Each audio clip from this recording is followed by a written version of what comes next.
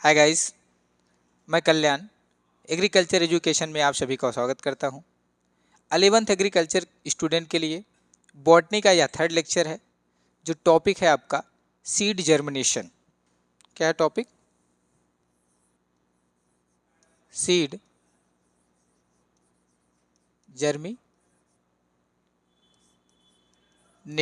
यानी कि बीज अंकुरण। यानी कि सीड में यानी कि बीज में अंकुरण कैसे होता है, कितने सीड जर्मिनेशन कितने प्रकार का होता है, पूरा हम डिटेल में पढ़ेंगे। और इससे पहले जो है कि सीड की परिभाषा और पार्ट्स ऑफ द सीड और इंडोस्पर्मिक एंड नॉन इंडोस्पर्मिक यानी कि भ्रूणपोषी और अभ्रूणपोषी की टॉपिक खत्म हो चुकी है। तो आइए देखते हैं हम लोग अलग अलग सीड में अलग अलग प्रकार के जर्मिनेशन को देखेंगे। आई होप दैट आप सभी लोगों को बहुत अच्छे से समझ में आएगा, तो आप लोग बने रहिए हमारे साथ। तो पहले आप देखिए कि जो सीड होता है, मान लो हम एक बीन का सीड बना रहे हैं। किसका? बीन, जिसको हम हिंदी में बोलते हैं सेम। ठीक है, तो बीन का सीड बन गया, फिर इसमें धीरे धीरे जर्मिनेशन होगा, तो यहाँ से धीरे से रेडिकल डेवलपमेंट हो जाएगा। क्या डेवलपमेंट होगा? रेडिकल। और फिर यहाँ से प्लोम्यूल डेवलपमेंट होगा। क्या होगा? प्लोम्यूल डेवलपमेंट होगा, यानी कि इसको बोलेंगे प्रांकुर और इसको बोलेंगे मूलांकुर। ठीक है, अब ये जर्मिनेशन के बाद जैसे ही थोड़ा सा सीड ओपन होगा और रेडिकल थोड़ा सा नीचे जाएगा और प्लोम्यूल थोड़ा सा ऊपर जाएगा, तो इस वाले पोर्शन को थोड़ा सा ये एक स्टेज बढ़ा और फिर ये एक स्टेज और आएगा कि जिस स्टेज पे रूट जो है थोड़ा सा नीचे आ जाएगा और कोटिलीडन्स जो है, इसके जो दो दाल हैं वो ओपन हो जाएंगे और फिर जो है यहाँ से ये पौधा धीरे से विकसित हो जाएगा। और सॉइल के लेयर से, ये लेयर है आप द सॉइल बोलें तो सॉइल लेयर है और इसके नीचे रूट हो जाता है।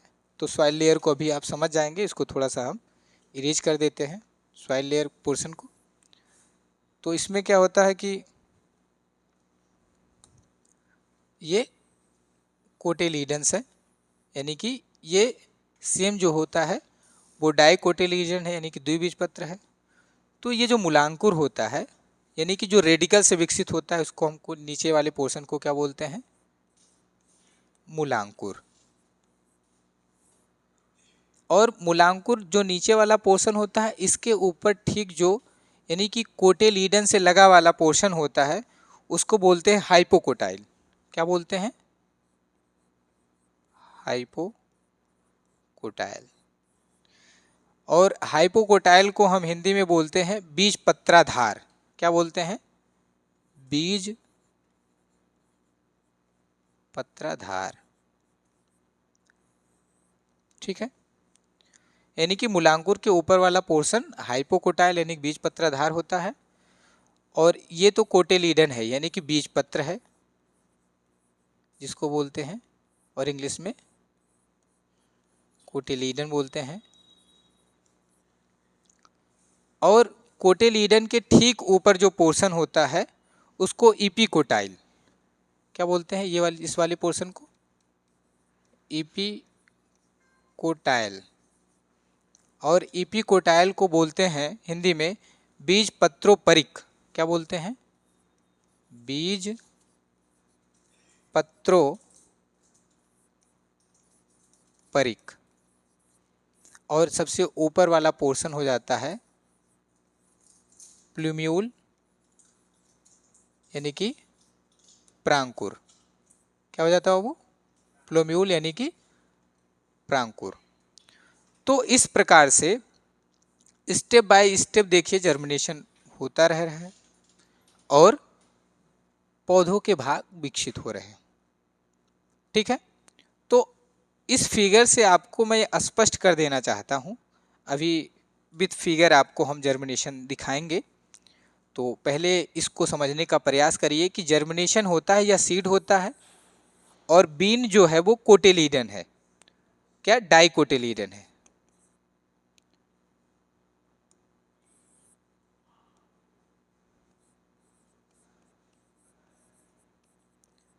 डाइकोटिलीडन्स है जिसमें दो बीज पत्र हैं, देख रहे हैं आप। तो पहले रेडिकल डेवलपमेंट हुआ, फिर प्लोम्यूल। तो रेडिकल जो नीचे वाला पोर्शन मूलांकुर होता है, उसके ठीक ऊपर वाले पोर्शन में बीज पत्राधार बोलते हैं, यानी कि हाइपोकोटाइल, और फिर कोटिलीडन बीज पत्र, फिर उसके ऊपर वाले पोर्शन को इपिकोटाइल थोड़ा सा, और फिर उस सबसे ऊपर वाले पोर्शन को प्लोम्यूल कहते हैं। तो ये जो है 5 कैटेगरी में डिवाइड हो जाते हैं आपके सीड, जड़ से लेके प्लोम्यूल यानी कि स्टेम तक छोटे स्टेज में। तो होता क्या है जर्मिनेशन के समय कि जब हाइपोकोटाइल, हाइपोकोटाइल यानी कि बीज पत्राधार की वृद्धि तेजी से हो जाती है, इलोंगेशन फास्ट हो जाता है, यानी कि जब बीज पत्राधार तेजी से बढ़ जाएगा तो ये कोटिलीडन जो है सॉइल के ऊपर आ जाने का, यानी कि मृदा के ऊपर आ जाएगा, मृदा के ऊपर आ जाएगा, यानी कि एबव द सॉइल। जब कोटिलीडन मृदा के ऊपर आ जाएगा तो इपिकोटाइल की वृद्धि थोड़ी स्लो होती है, धीरे होती है, और प्लोम्यूल ऊपर होता है। और जब यह कोटिलीडन भूमि की सतह के ऊपर आ जाता है, और इसी बीज पत्र से ही रेडिकल यानी कि अपना ये फूड मटेरियल यानी कि भोजन ग्रहण करता रहता है, कि जब तक यह पूर्ण रूप से नए पत्तों के रूप में परिवर्तित नहीं हो जाते या गिर नहीं जाते हैं, और तब तक उसके ऊपर नए नए पत्ते आने विकसित हो जाते हैं। तो जब बीज पत्राधार तेजी से वृद्धि करता है और बीज पत्र बाहर मृदा के बाहर आ जाता है, यानी कि ऊपर आ जाता है, तो इस प्रकार के जर्मिनेशन को हम बोलते हैं ईपीजीएल जर्मिनेशन। किस प्रकार का जर्मिनेशन?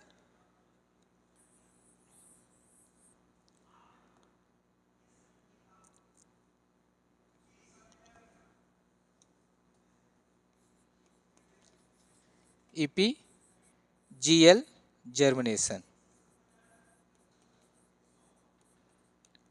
ईपीजीएल जर्मिनेशन, तो जर्मिनेशन पहले टाइप का है ईपीजीएल जर्मिनेशन। इसकी हिंदी होती है भूम्योपरिक, भूम्योपरिक।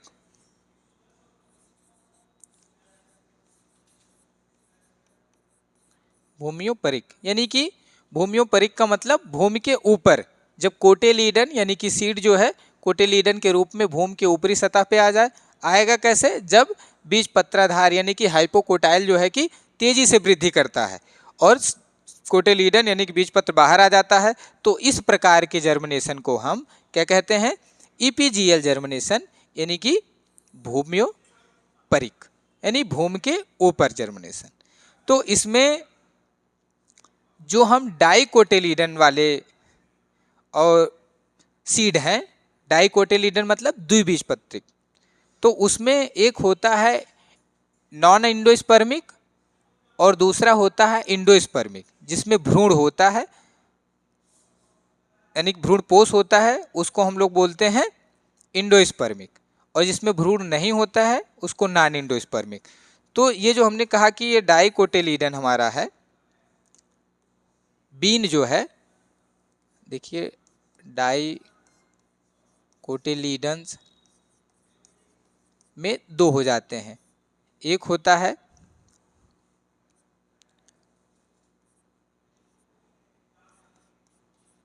नॉन इंडोस्पर्मिक यानी कि अभ्रूणपोषी, और एक दूसरा होता है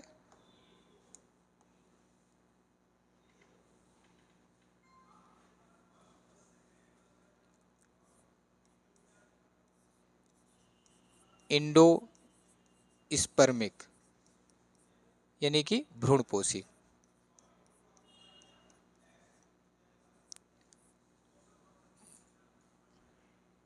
ठीक है, जिसमें भ्रूण पाया जाता है।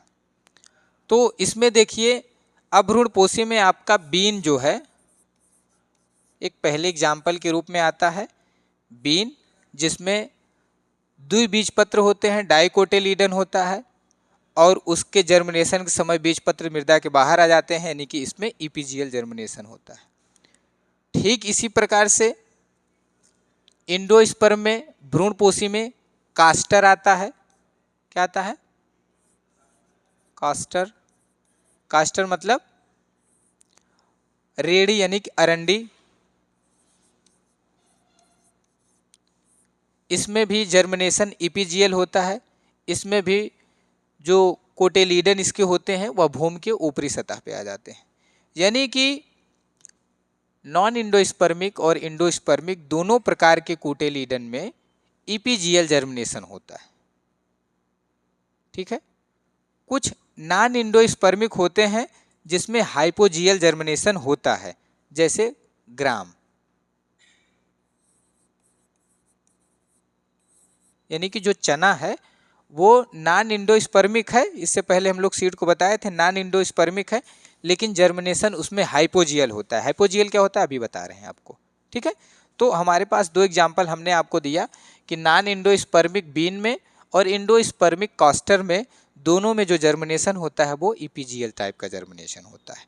और ईपीजीएल जर्मिनेशन में क्या होता है कि हाइपोकोटाइल की वृद्धि तेजी से हो जाती है, जिसके कारण कोटेलीडन यानी कि बीजपत्र मृदा के ऊपरी सतह पर आ जाते हैं और जर्मिनेशन हमारा जो है ईपीजीएल कहलाता है। क्लियर है? यहाँ तक कोई अगर आपको प्रॉब्लम हुई है तो आप क्वेश्चन को कमेंट बॉक्स में राइट करके आप पूछ सकते हैं। ठीक है, दूसरा प्रकार का जो जर्मिनेशन होता है वो होता है हाइपोजीएल। क्या होता है? हाइपोजीएल। आइए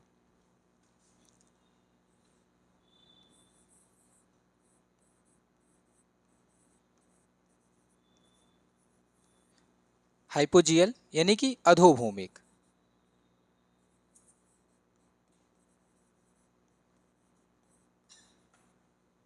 अधोभूमिक। ठीक है, अधोभूमिक होता है, हाइपोजीएल होता है। इसमें क्या होता है कि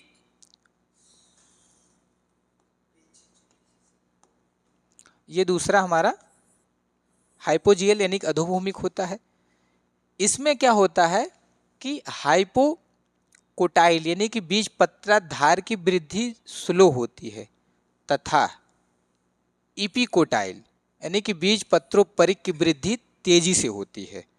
और जब इपिकोटाइल की वृद्धि तेजी से होती है तो प्लोम्यूल मृदा की सतह से यानी कि नीचे से ही ऊपरी की तरफ गति करता है, जिसके कारण कोटेलीजन यानी कि बीज पत्र भूमि की निचली सतह में ही रह जाता है।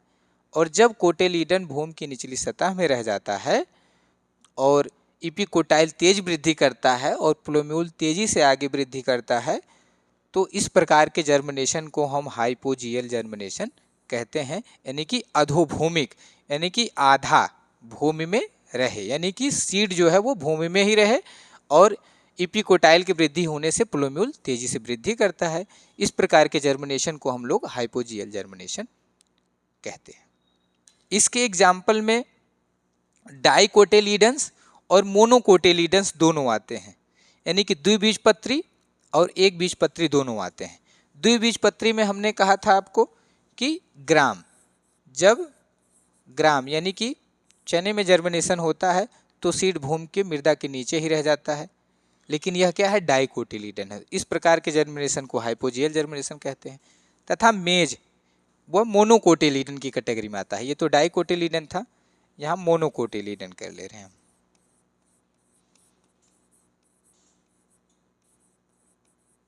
इसमें एग्जाम्पल है आपका मेज, मक्का। मक्के में ही जर्मिनेशन होता है जिसमें इपिकोटाइल तेजी से वृद्धि करके और सीड हमारा जमीन के नीचे ही रह जाता है मृदा के, और प्लोम्यूल डेवलप हो जाता है जिससे पौधा बाहर तेजी से आ जाता है। इस प्रकार के जर्मिनेशन को हम क्या बोलते हैं? हाइपोजीएल यानी कि अधोभौमिक बीज अंकुरण। तो सीड जर्मिनेशन किसे कहते हैं? सीड जर्मिनेशन कितने प्रकार का होता है और अलग अलग पौधों में डाइकोटिलीडन और मोनोकोटिलीडन को हमने यहाँ स्पष्ट तरीके से आपको बताया है। आइए इस चीज़ को हम फिर से एक बार चित्र यानी फिगर की सहायता से समझने का प्रयास करते हैं। चलिए एक बार रिवीजन के रूप में इसको देख लीजिए। सीड जर्मिनेशन जो होता है, पौधों में अंकुरण होकर के एक नए पौधे की बनने की यानी नए पौधे बनने की प्रक्रिया को ही बीज अंकुरण यानी कि सीड जर्मिनेशन कहते हैं। यह दो प्रकार का होता है। पहला इपीजियल जर्मिनेशन,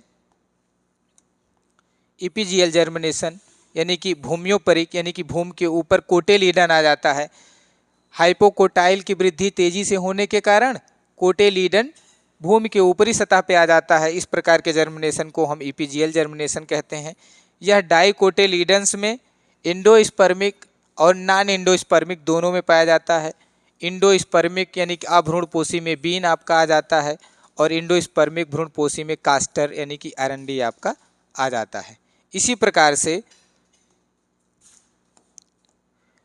दूसरे प्रकार के जर्मिनेशन में हाइपोजियल यानी कि अधोभूमिक वाले में क्या होता है कि इपिकोटाइल यानी कि बीज पत्रोपरिक की वृद्धि तेजी से होती है, जिसके कारण बीज पत्र मृदा के नीचे ही रह जाते हैं और प्रोम्यूल तेजी से वृद्धि कर जाते हैं और इस प्रकार के जर्मिनेशन से हम हाइपोजियल जर्मिनेशन कहते हैं। इसमें हमने कहा कि डाइकोटिलीडन और मोनोकोटिलीडन में दोनों में भी इस प्रकार के जर्मिनेशन पाए जाते हैं। जैसे डाइकोटिलीडन में हमने कहा नॉन इंडोस्पर्मिक में है आपका ग्राम यानी कि चना और मोनोकोटिलीडन में आपका मेज आ जाता है और मेज में एक ही जो है बीज पत्र पाए जाते हैं। तो आइए अब इसको हम फिगर की सहायता से समझने का प्रयास करते हैं। देखिए यह जो है बीन का सीड है। बीन के सीड में जर्मिनेशन स्टार्ट हुआ और जर्मिनेशन में पहले देखिए रेडिकल का डेवलपमेंट हुआ, फिर रेडिकल अभी देखिए भूमि के नीचे जा रहा है और रेडिकल तो यहाँ हो गया हमारा यानी कि जिसको हम लोग क्या बोलते हैं मूलांकुर बोलते हैं, तथा इस वाले पोर्शन को हाइपोकोटाइल बोलते हैं। क्या बोलते हैं देखो इसको हाइपोकोटाइल,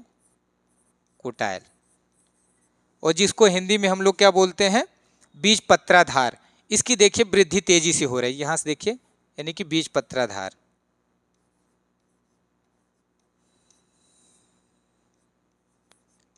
बीज पत्राधार, अब बीज पत्राधार देख रहे हैं आप कितनी तेजी से वृद्धि हो रही है। वृद्धि होने के कारण कोटिलीडन, ये देखिए जो कोटिलीडन है वह भूमि की ऊपरी सतह पे बाहर आ गया। तो इसमें किसकी वृद्धि हुई हाइपोकोटाइल यानी कि बीज पत्राधार की। तो जब बीज पत्राधार की वृद्धि तेजी से होता है और उसके कारण कोटिलीडन भूमि की ऊपरी सतह पे बाहर आ जाता है, इस प्रकार के जर्मिनेशन को हम लोग क्या बोलते हैं इपीजियल जर्मिनेशन। इपीजियल जर्मिनेशन यानी कि भूम्योपरिक यानी कि भूमि के ऊपर कोटिलीडन आ जाता है। क्लियर है। चलिए ये तो सेम में था यानी कि बीन में था यानी कि सेम में। सेम क्या है आपका डाइकोटिलीडन है, जिसमें देखिए दो बीज पत्र हैं और क्या है नॉन इंडोस्पर्मिक यानी इसमें इंडोस्पर्म नहीं पाया जाता है। चलिए आप फिगर बना के इसको आप देख लीजिए, फिर चलते हैं हम नेक्स्ट स्लाइड पे। देखिए ये आपका सीड है और यहाँ पे रेडिकल डेवलपमेंट हुआ और फिर ये देखिए हाइपोकोटाइल यहाँ पे है। हाइपोकोटाइल का डेवलपमेंट तेजी से यानी वृद्धि हुई और हाइपोकोटाइल तेजी से वृद्धि होने के कारण सीड बाहर आ गया और देखिए इस सीड के अंदर बीज पत्र है और ये इसके ऊपर कवर। अब ये बाहर आ गया और प्लूम्यूल डेवलपमेंट हो गया, एक नए पौधे की उत्पत्ति हो गई। इसमें भी देखिए सीड जो है यानी कोटिलीडन्स को लेकर क्या हो जा रहा है बाहर आ जा रहा है। ये भी डाइकोटिलीडन है लेकिन इंडोस्पर्मिक है, इसमें भ्रूणपोष यानी कि इंडोस्पर्म पाया जाता है। आई होप दैट आप इन दोनों फिगर से समझ गए होंगे कि डाइकोटिलीडन में जो प्लांट होता है उसमें नॉन इंडोस्पर्मिक और इंडोस्पर्मिक में दोनों प्रकार के सीडों में जर्मिनेशन इपीजियल यानी कि भूम्योपरिक होता है और भूम्योपरिक में क्या होता है कि कोटिलीडन भूमि की यानी कि मृदा के सतह से ऊपर आ जाते हैं। क्लियर हुआ? चलिए आइए हाइपोजियल जर्मिनेशन को हम फिगर की तरफ से देखने का प्रयास करते हैं। हाइपोजियल जो जर्मिनेशन है आपका, इपीजियल तो हो चुका, हाइपोजियल यानी कि अधोभूमिक, अधोभूमिक है। इस अधोभूमिक में डाइकोटिलीडन में यानी कि द्विबीजपत्री में हम ग्राम का जो है जर्मिनेशन देख रहे हैं। ग्राम में देख रहे हैं कि यह ग्राम का शीड है चने का, यहाँ पे अंकुरण हुआ। अंकुरण से देखिए रेडिकल का, मूलांकुर का विकास हुआ, और मूलांकुर होने के बाद फिर थोड़ी समय बाद प्लूम्यूल का विकास हुआ, और फिर ये देखिए सीड अपने स्थान पे है, इन द सॉइल है। ये रेडिकल धीरे धीरे रूट का और प्लूम्यूल तने का, और यह मृदा के अंदर ही देखिए ये लेयर जो है ये वो मृदा है यानी कि सॉइल है, तो सॉइल में हो गया। और इसमें देखिए क्या हो रहा है कि स्टेम के बाद जो ऊपर वाला पोर्शन है, ये जो प्लूम्यूल को एबव बढ़ाता है, वो हमारा इपिकोटाइल बीज पत्रोपरिक यानी कि इपिकोटाइल जो है वह तेजी से वृद्धि करता है और प्लूम्यूल को ऊपर भेज देता है, जिसके कारण इसमें जर्मिनेशन हाइपोजियल यानी कि अधोभूमिक होता है, यानी कि मृदा के सतह के नीचे ही बीज पत्र रह जाते हैं और पौधे बन के तैयार हो जाते हैं। ठीक है, ये था डाइकोटिलीडन्स यानी कि ग्राम में। एक चीज और बचा हुआ है जो हम लोग देखेंगे मक्के में, यानी कि मोनोकोटिलीडन में, यानी कि मक्के में आपको हाइपोजियल ही जर्मिनेशन होता है। आइए उसको देखते हैं। ये आपका जो मेज है, मेज जो है, मेज मोनोकोटिलीडन है।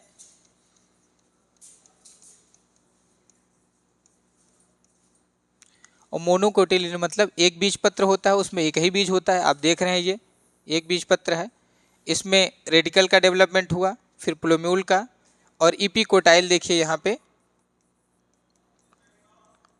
इपिकोटाइल की वृद्धि तेजी से हो रही है, और ये स्टेम बाहर चला जा रहा है, और सीड जो है कि सॉइल के नीचे ना, ये जो सॉइल की लेयर है इसके नीचे ही सीड रह जा रहा है।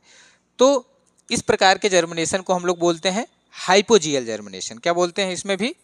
Hypogeal germination. तो इस प्रकार से सीड में जर्मिनेशन जो होता है वह दो प्रकार का होता है, इपिजियल और हाइपोजियल। भूम्योपरिक, अधोभूमिक। जिसका कोटिलीडन भूमि के ऊपर आ जाए उसको भूम्योपरिक यानी कि इपिजियल जर्मिनेशन कहते हैं, तथा जिसका जर्मिनेशन के समय कोटिलीडन भूमि के निचली सतह पे हो उसको अधोभूमिक कहते हैं, यानी कि हाइपोजियल जर्मिनेशन कहते हैं। और इसके आधार पे हमने डाइकोटिलीडन और मोनोकोटिलीडन यानी द्विबीजपत्री तथा एक बीजपत्री बीजों में जर्मिनेशन को अलग अलग से एंडोस्पर्मिक, नॉन एंडोस्पर्मिक यानी कि भ्रूणपोषी तथा अभ्रूणपोषी के रूप में अलग अलग स्पष्ट करके आपको हमने बता दिया है।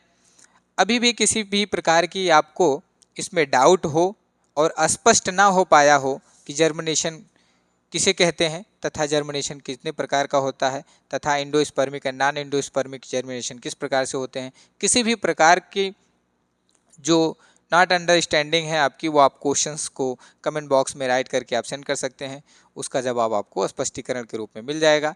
अगर आपका क्वेश्चंस थोड़ा सा अपडेट हुआ कि हाँ उसको फिगर की सहायता से स्पष्ट करके फिर से आपको बताना होगा, तो फिर से नए लेक्चर में हम जो है इसको पहले एक्सप्लेनेशन कर देंगे। तो आई होप दैट आपको जर्मिनेशन, सीड ऑफ जर्मिनेशन अच्छे से समझ में आया होगा, आशा करते हैं।